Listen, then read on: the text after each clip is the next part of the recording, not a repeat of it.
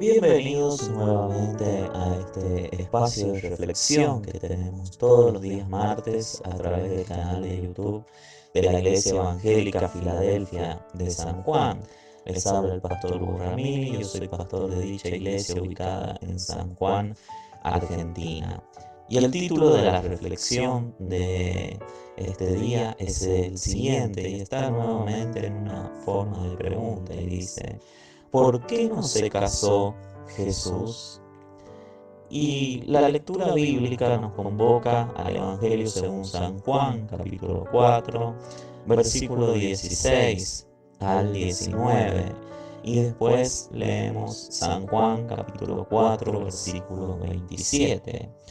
Dice San Juan, capítulo 4, versículo 16 al 19. Jesús le dijo: Ve, llama a tu marido y ven acá. Respondió la mujer y dijo: no tengo marido. Jesús le dijo: bien has dicho, no tengo marido, porque 5 maridos has tenido, y el que ahora tienes no es tu marido. Esto has dicho con verdad. Le dijo la mujer: Señor, me parece que tú eres profeta. Y el versículo 27 dice: en esto vinieron sus discípulos y se maravillaron de que hablaba con una mujer. Sin embargo, ninguno dijo: ¿qué preguntas? ¿O qué hablas con ella? En esta situación lo vemos a Jesús encontrándose con una mujer, la mujer samaritana. De este encuentro entre Jesús y esta mujer surgió un diálogo entre ambos. Sabemos que judíos y samaritanos no se podían entender entre ellos, había problemas, había rivalidad entre estos dos pueblos. Sin embargo, acá se entabla un diálogo. Y en ese diálogo que se entabla, esta mujer tienta a Jesucristo, ya que Jesús le dice: ve, llama a tu marido y ven acá. Y la mujer, en primer lugar, le dice: no tengo marido. Esta mujer expresaba claramente que ella no estaba unida en matrimonio, pero sin embargo estaba escondiendo que tenía una relación amorosa y de convivencia con otro hombre con el cual convivía sin haberse casado. Esta mujer quiso tentar a Jesús en primer lugar. Sin embargo, Jesús conocía todas las cosas.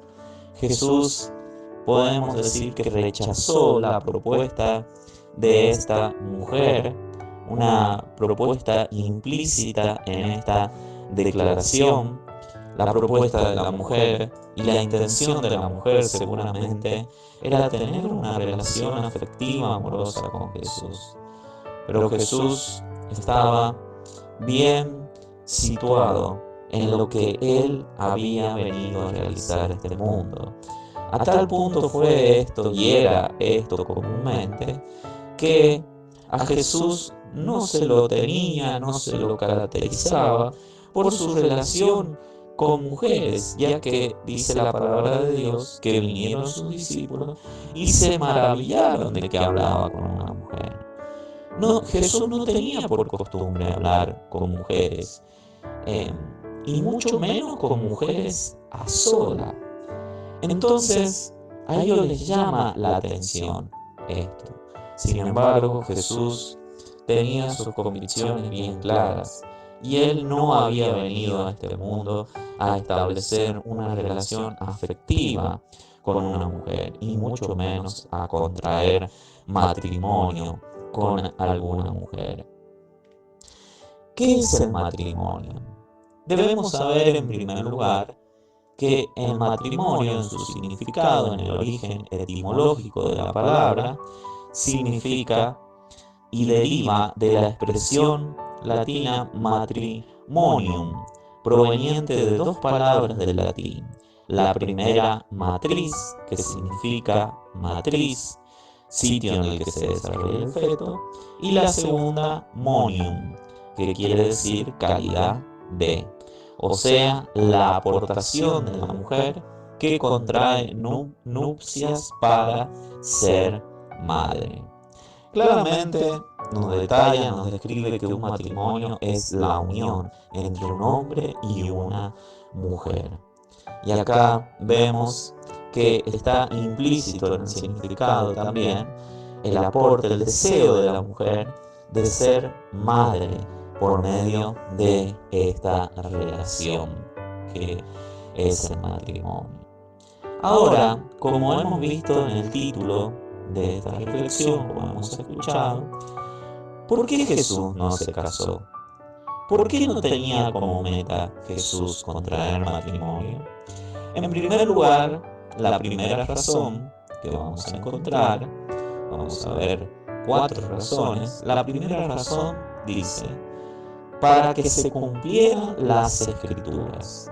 Isaías capítulo 53, versículo 8, en la Nueva Traducción Viviente dice, al ser condenado injustamente, se lo llevaron. A nadie le importó que muriera sin descendiente, ni que le quitaran la vida a mitad de camino. Pero lo hirieron de muerte por la rebelión de mi pueblo. El profeta Isaías, que en este capítulo describe claramente los sufrimientos del siervo de Dios, describe también que él moriría sin descendientes y que a la mitad del camino, a la mitad de su vida, aproximadamente a los 33 años, le quitarían su vida. Entonces vemos acá en la palabra de Dios la primera razón por la cual Jesús no se casó, no contrajo matrimonio, y es para que se cumplieran las escrituras. Jesús le dio vital importancia al cumplimiento de las escrituras. De hecho, Jesús no murió sin antes decir tengo sed, para que las escrituras se cumpliesen. Y acá había un cumplimiento de las escrituras, y era que el Mesías iba a morir sin descendientes. El Mesías tuvo una madre terrenal, que fue María, tuvo un padre que acompañó a María en la educación y crianza de Jesús, que fue José, y tuvo hermanos también el Señor, pero no tuvo descendientes. El Señor no contrajo matrimonio y por consiguiente no tuvo hijos tampoco. Entonces la escritura debía cumplirse. Era muy importante para Jesús este cumplimiento. Y la palabra de Dios mismo dice en cuanto al cumplimiento de las escrituras que cielo y tierra van a pasar, pero que la palabra de Dios no pasará. Entonces pueden pasar muchas cosas, pero la palabra de Dios se cumplirá. Y esta profecía de la muerte del Mesías sin descendientes, evidentemente se cumplió. En segundo lugar, otra segunda razón que encontramos por la cual Jesús no se casó es que iba a tener que abandonar a su esposa. Primera de Corintios capítulo 7, versículo 10 y 11, dice en la Nueva Traducción Viviente, no obstante, para los que ya están casados, tengan un mandato que no proviene de mí sino del Señor. La esposa no debe dejar a su marido, pero si lo deja, que no se case de nuevo, bien que se reconcilie con él. Y el marido no debe dejar a su esposa. El mandato del Señor para el matrimonio y la idea original de Dios en cuanto al matrimonio siempre fue que el hombre iba a dejar padre y madre, iba a dejar su hogar, se iba a unir a la mujer y ambos iban a ser una sola carne. Y era una unión que Dios había predeterminado para toda la vida. Entonces Jesús tenía el deber, si él contraía matrimonio, de permanecer al lado de su esposa, de poder ser la cabeza de su hogar, de poder educar a sus hijos también. Pero Jesucristo, sabemos y conocemos por las Escrituras, que Él no iba a quedar en este mundo. Más allá de su muerte y de su resurrección, Él iba a ascender a los cielos, porque Él tenía que presentarse delante del Padre, delante de su Padre celestial, presentar su sacrificio en la cruz del Calvario. Entonces, si Él se hubiese casado, hubiese cometido una infracción, hubiese faltado a su promesa y hubiese tenido que dejar a su esposa. Y si Jesús hubiese tenido hijos, también hubiese tenido que dejar a sus hijos. Pero Cristo es nuestro máximo ejemplo. Y Cristo, dice la palabra de Dios, que Él fue tentado en todo, pero sin pecado. En tercer lugar, otra razón por la cual Jesús no se casó es por amor al reino de los cielos.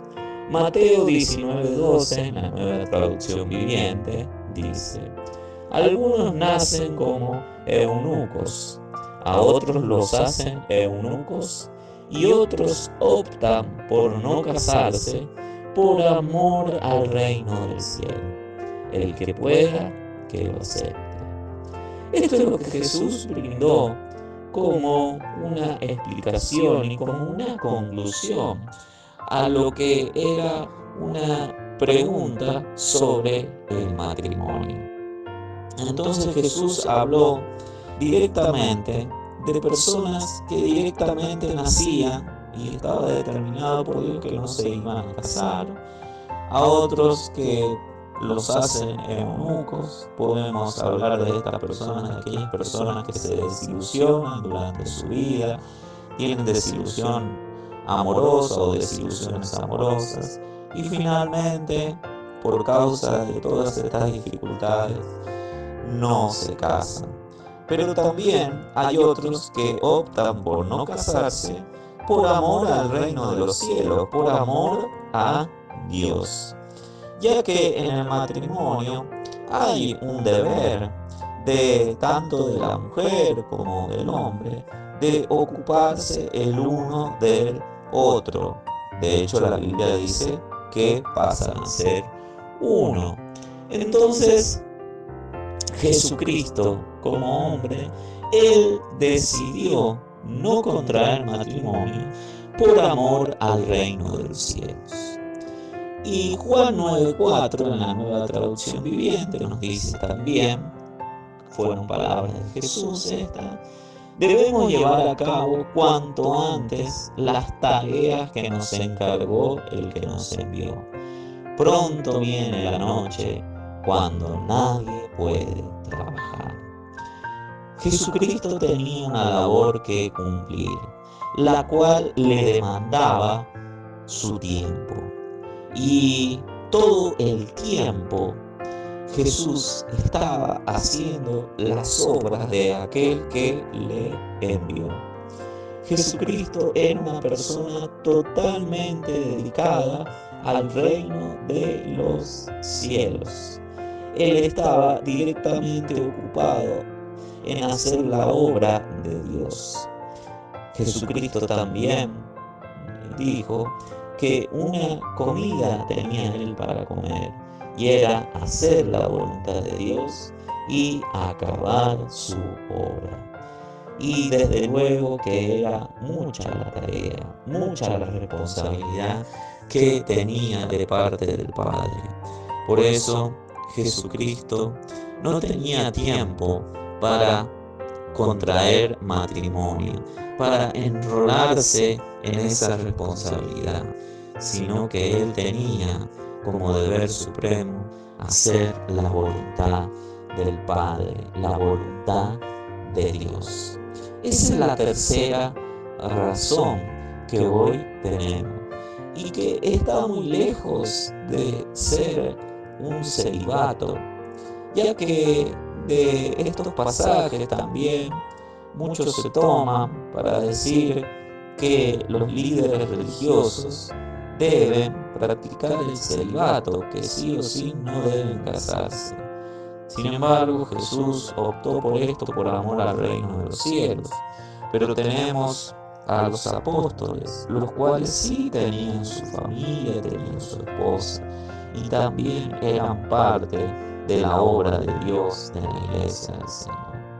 Y en cuarto lugar, una razón también que encontramos, y una razón muy importante por la cual Jesús no contrajo matrimonio, es porque la iglesia es su novia y futura esposa.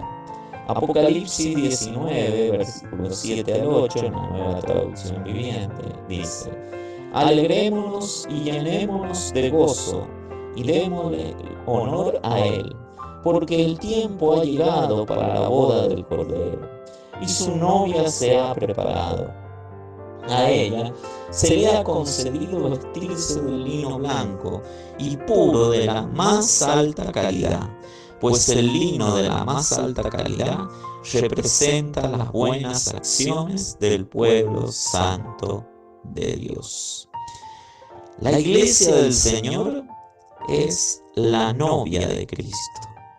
Y este pasaje, estos dos pasajes del capítulo 19 de Apocalipsis, nos describen la unión que se dará en el cielo entre Cristo y la iglesia.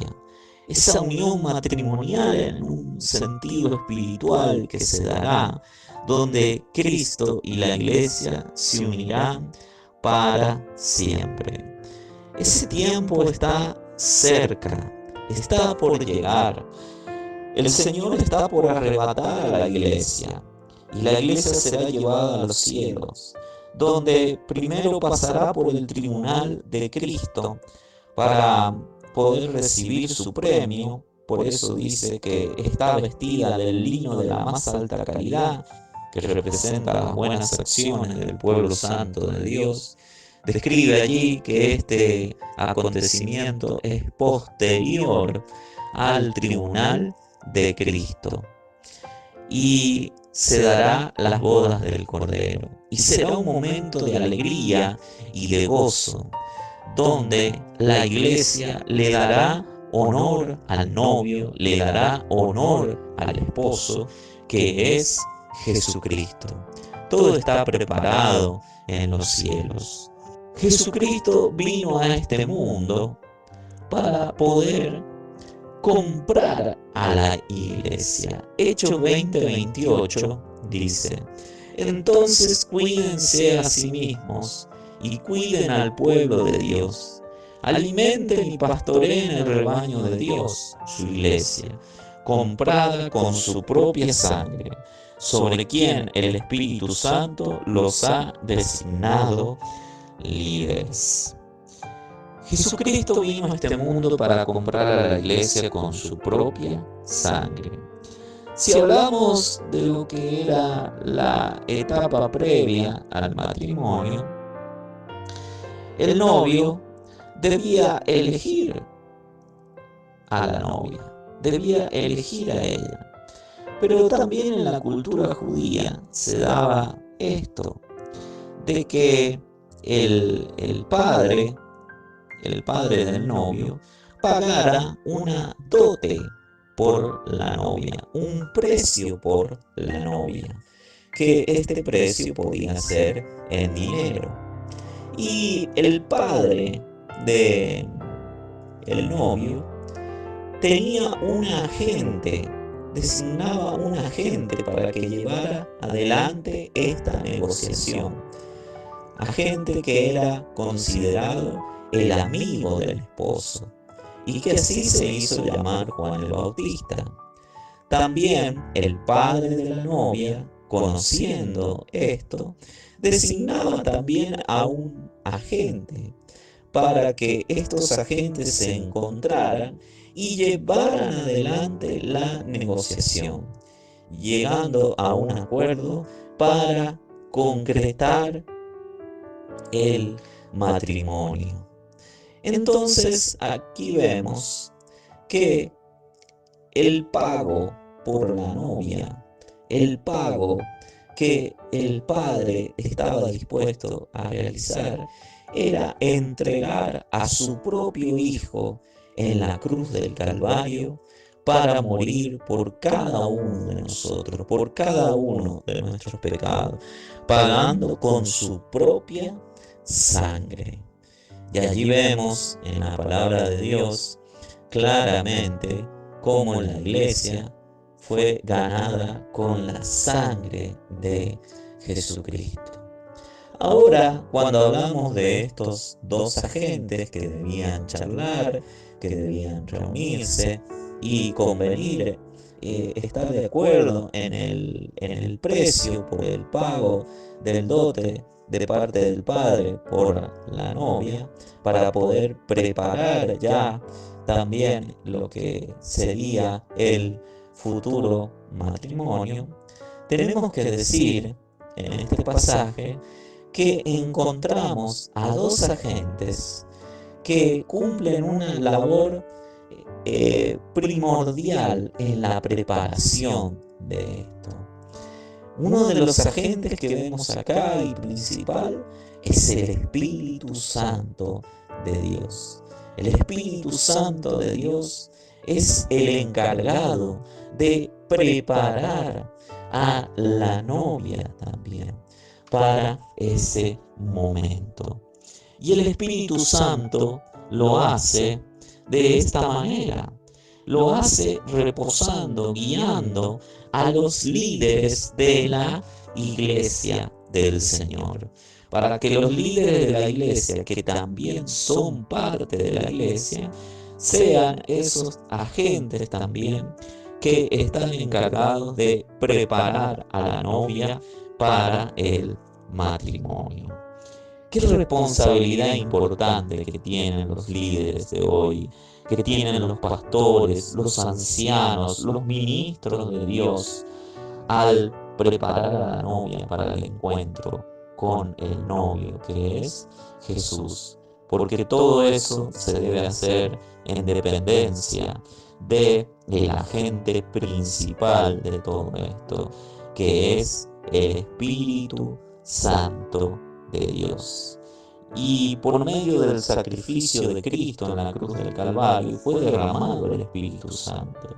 Y el Espíritu Santo trae a los líderes, a la iglesia del Señor, dones espirituales para poder edificar a la novia, para poder prepararla para ese momento.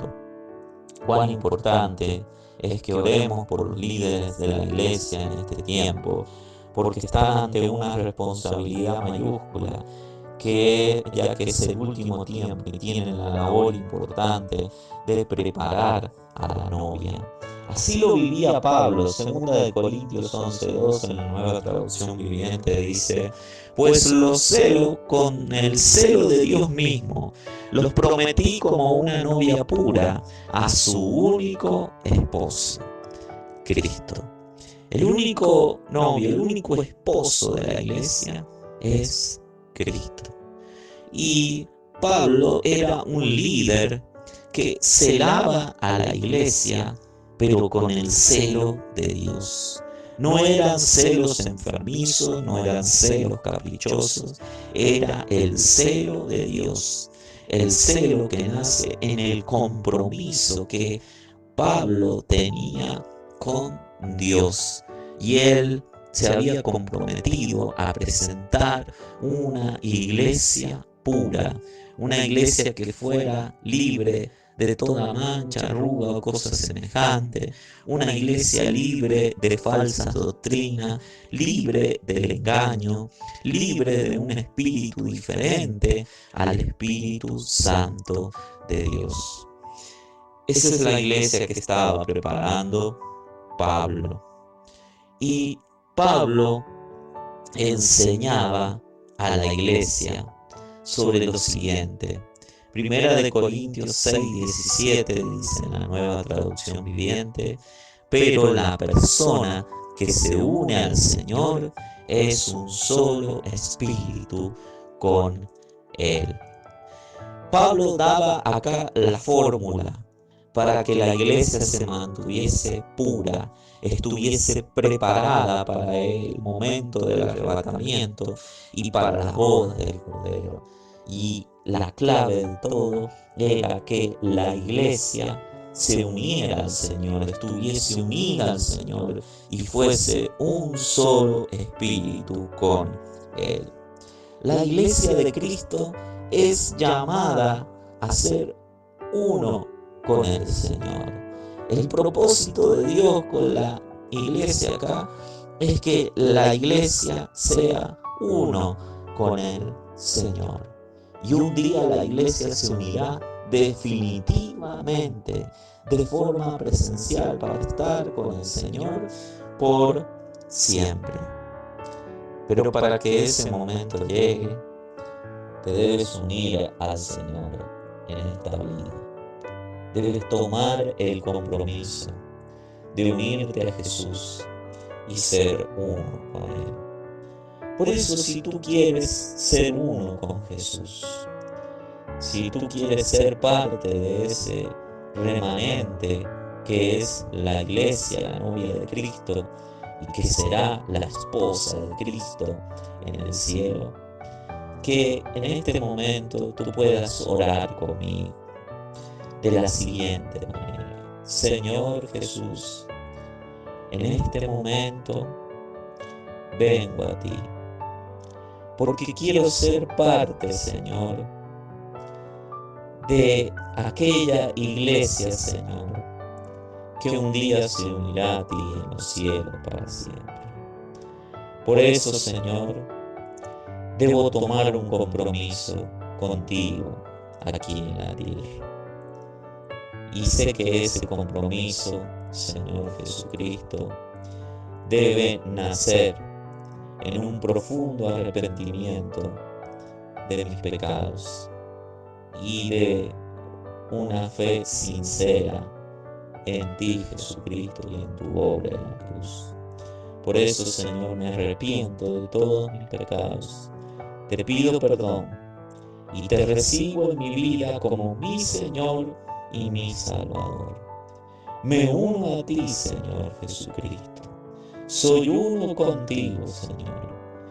Tomo el compromiso de seguirte, Señor, y también de esperar tu regreso. En el nombre de Jesús, amén y amén.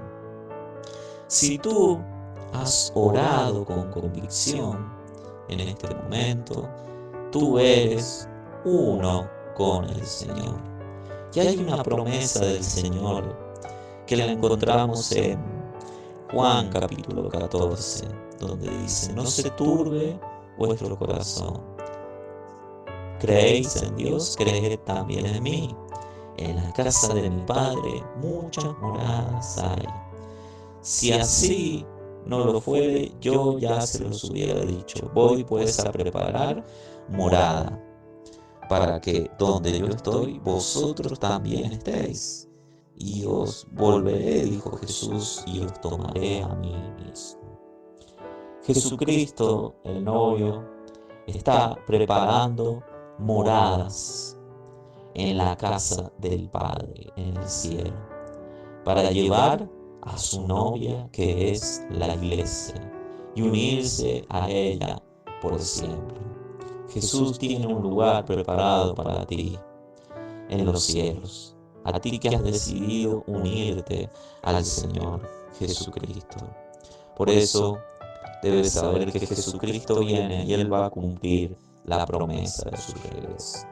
Por eso te invito a ti que has orado conmigo en este momento, que puedas hacer clic en el botón de WhatsApp de la página de la Iglesia Evangélica Filadelfia de San Juan en Facebook, dejarnos tus datos si quieres que tomemos contacto, tu pedido de oración, y nos estaremos contactando.